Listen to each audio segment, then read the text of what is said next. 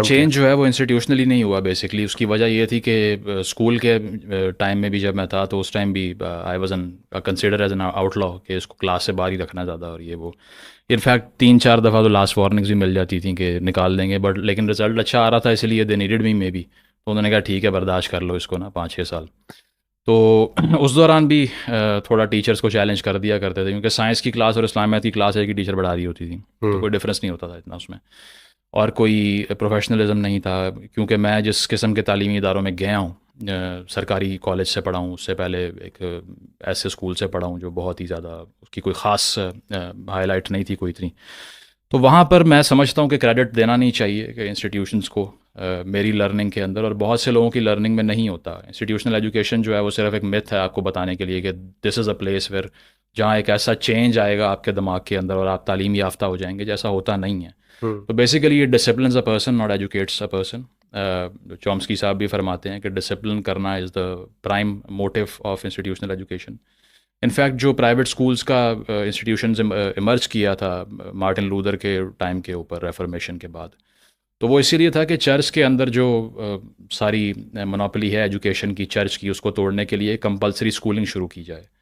तो जो भी इंस्टीट्यूशन कंपलसरी होता है ना, जहाँ सुबह उठ के 8 बजे पहुँचना होता है, वो तालीम नहीं दे रहा होता, बिकॉज इट इज़ बाइंडिंग कि आपने एक डिसिप्लिन जो है वो उसको इतना इंटैक्ट रखना है कि education takes the back seat और डिसिप्लिन फॉर फ्रंट पे होता है। एक यूनिफॉर्म पहनना है, एक तरह लगना है, एक तरह बात करनी है, डिसिप्लिन के साथ बात सुननी है, इधर उधर नहीं देखना, डिस्ट्रैक्शन नहीं होनी चाहिए। So it's an art of animal training only. Hmm. And I kind of concluded that very early, और मुझे इल्म हो गया कि यहाँ पे कुछ नहीं है, डिग्री लो और निकलो यहाँ से, घर जाके पढ़ो।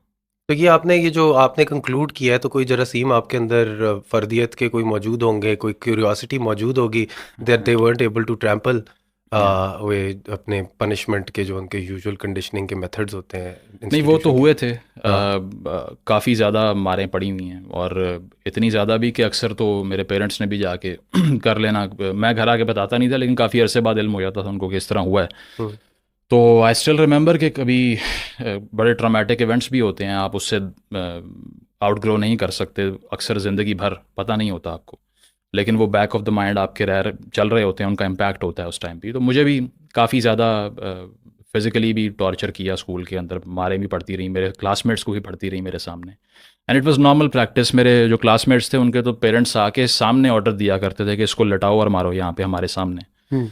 सो इस तरह की जो तालीम है उससे अगर आप ये एक्सपेक्ट कर रहे हैं कि कोई ऐसी कॉम बन जाएगी जो फ्री थिंकर्स की और आउट ऑफ द बॉक्स सोचने वालों की होगी, तो ये तो इट्स फार फेच्ड, हो नहीं सकता ऐसे। So how did it happen with you is my question, like आपके अंदर कोई इन्फ्लुएंस था, कोई बाहर एक्सटर्नल इन्फ्लुएंस था? Because man is a product of nature and nurture, या and so either it's biologically determined that you are going to या be a renegade, और well I was going to take it there, but आपने खुद ही कह दिया। वो एक चीज़ थी। उससे पहले ये कि I was a born contrarian, I never liked to agree with a lot of people.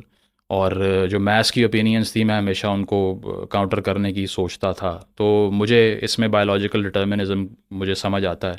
वो और बात है कि वो बड़ा नेगेटिव कॉनोटेशन है क्योंकि नाजीज़ ने उसको यूज़ किया, और उसके बाद में हमने देखा कि उन्होंने किस तरह सोशल हायरार्की बना दी उससे। और इसके साथ साथ यूजेनिक्स की जो प्रैक्टिस है, जिसमें रेसिज्म बड़ा सेंट्रल पार्ट होता है उसका, जिसको प्लेटो ने भी कहा कि ये होना चाहिए माशरे के अंदर, अपनी किताब रिपब्लिक में। और साथ साथ नाजीज़ ने भी प्रैक्टिस किया कि जो थोड़ा सा हैंडीकैप्ड है उसको प्रोक्रिएट ना करने दो, शादी ना करने दो, उसको आइसोलेट कर दो। तो एक तो वो है कि आप बायोलॉजिकल डिटर्मिनिज्म से वो कंक्लूड कर लें, मैंने वो नहीं किया। मैंने सिर्फ ये देखा कि thinkers are born, actually they are not furnished. और नेचर वर्सेस नर्चर डिबेट जो होती है, उसमें मैं समझता हूँ कि नेचर इज़ मोर डोमिनेटिंग।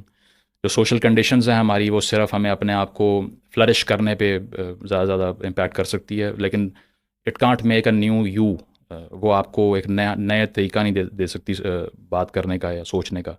तो जो प्री फ्रंटल कॉर्टेक्स है, जो हमारे दिमाग का सबसे न्यूली इमर्ज्ड हिस्सा है ब्रेन का, जिसमें कॉन्शियसनेस ऑपरेशनलाइज होती है, क्रिटिकल थिंकिंग का घर कहते हैं उसको, जिसको हायर ब्रेन भी कहते हैं। Now that is very natural, and you are either born with it, और या फिर आप में नहीं होता उस तरह से वो। अब हर किसी में वो होता है लेकिन फंक्शनैलिटी डिफरेंट होती है हर किसी की। So it was into my genes maybe, because my father was also somebody who was critical of culture, and somebody who used to think out of the box. तो वहीं से मुझे लगता है कि थोड़ी इंस्पिरेशन रही है इसकी। But the process of my entire journey is the process of discovering my self.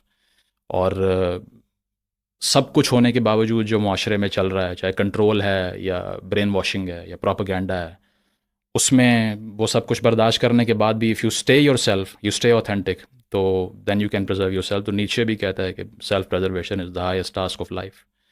और वो कैसे होती है? वो इस तरह होती है कि वो उसमें कहता है कि you must be a sea to accept a polluted stream, कि अगर आपके अंदर थोड़ा सा गंदा पानी भी गिर रहा है तो you make sure that you become a sea, जिसको इतने से गंदे पानी से कोई फ़र्क ना पड़े। So my struggle of reaching here where I am today is the struggle of self preservation, जिसमें माशरे में मिसोजिनिस्टिक आइडियाज़ मेरे आसपास थे, टॉर्चर था, अब्यूज़ थी, रिलीजियस रेडिकलिज्म था, फनेटिसिज्म था, नेशनलिस्ट जिंगोइज्म भी मैंने देखा बड़े होते हुए। तो इस सब से अपने आप को प्रिजर्व करना is the only success, and to know myself as well.